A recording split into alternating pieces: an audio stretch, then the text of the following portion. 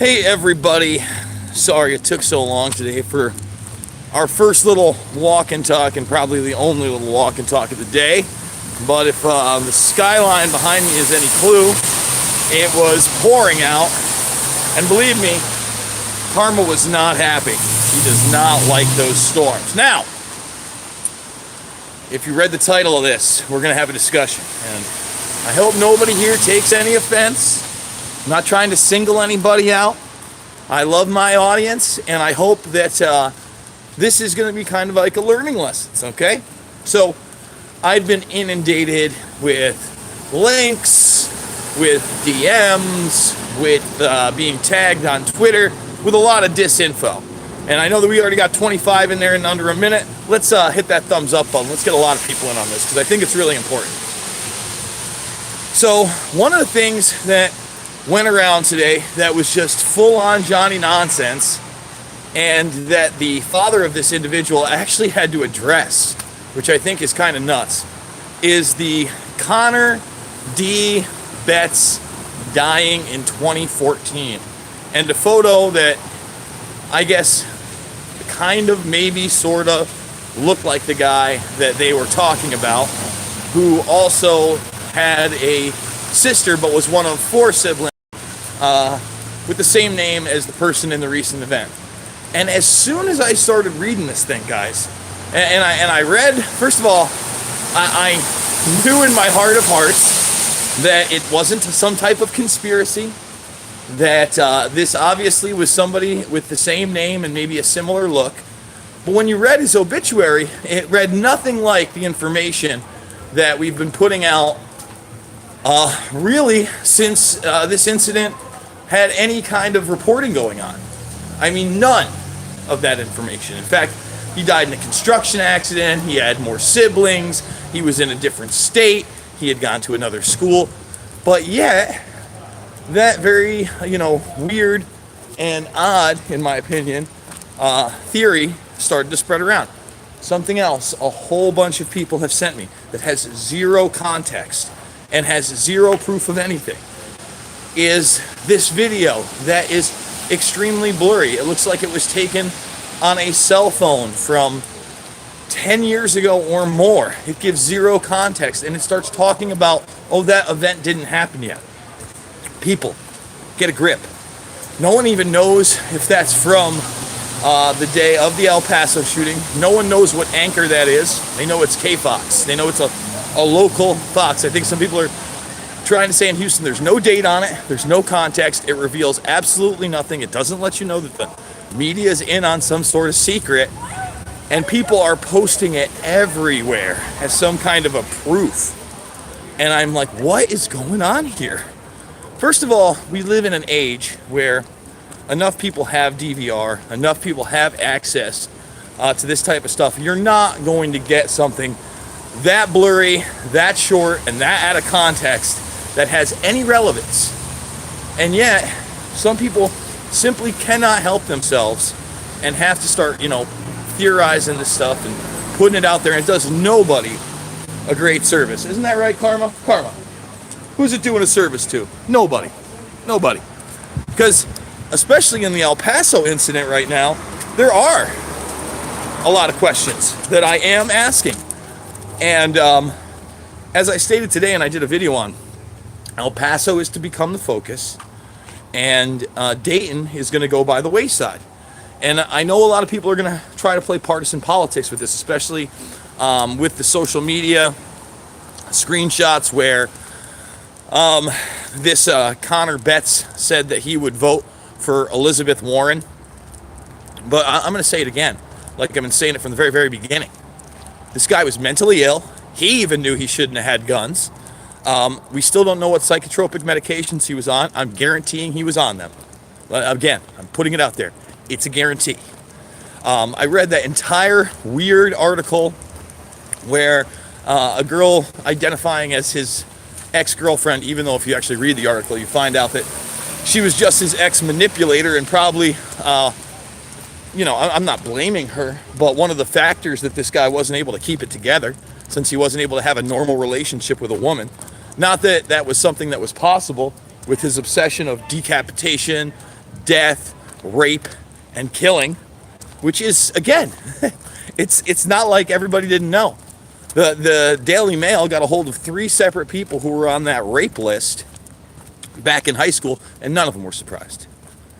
None of them were surprised. We won't talk about the mental health issues. We won't talk about the fact that all the signs were there, all the red flags were there, and then somehow he's still trained in the JROTC military program. And I want to address again really quickly. Nicholas Cruz also displayed all these signs, had law enforcement called on him, warned, etc., etc. All the warnings were there, and yet he was also a JROTC. Listen, I'm not trying to disparage the military. I'm simply pointing out that maybe you don't give any type of firearms training or military training to somebody who's so mentally ill that they are literally describing death all the time as their quote-unquote sick sense of humor. Even the person in the JROTC class said that he had that kind of sense of humor, and he said that it seemed to soothe him when he had a gun in his hand. All right? And then the ex-manipulator girl said, hey, yeah, no, this is how he wanted to go out. It's no surprise. He hated himself. He couldn't stand himself. He said that he had a gun in his mouth twice and thought about pulling the trigger.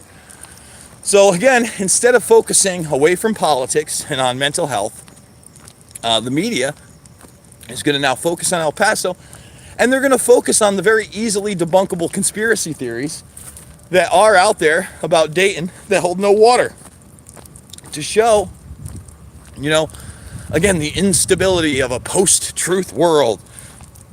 Where did I get the post-truth world from? Well, it was Bilderberg 2018 where it was actually a talking point.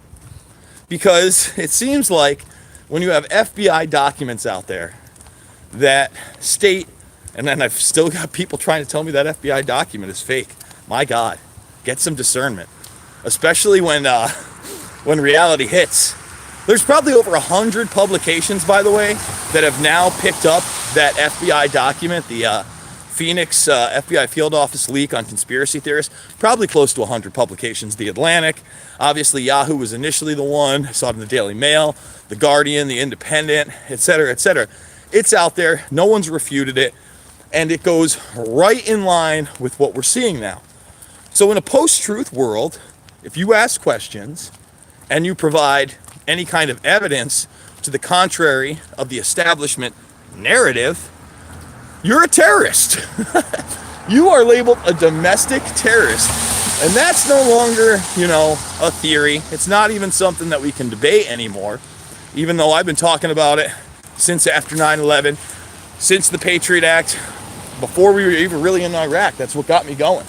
That's when I really started to look into this stuff, about 6 months after 9/11, and during the drum beatings of this never-ending, forever war that we can't seem to really talk about in any adult manner, okay? So, again, it doesn't help them to talk about any kind of military connections, because that goes, again, beyond left and right. We all have to say that the military's the greatest thing in the world, and they're heroes, and they're fighting for our freedoms in places like Somalia, Sudan, Syria, Afghanistan, and Iraq, and we're not allowed to talk about how, no, it's about full spectrum dominance. It's about taking over all of Eurasia. It's about having that land as really a military checkpoint for that Anglo-American, Israeli, Saudi alliance that's out there. That's what it's really about.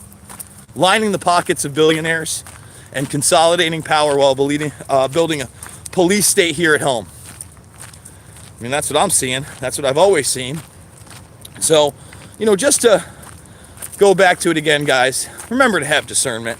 When you're sharing blurry videos with no context, and this is it, this is the proof.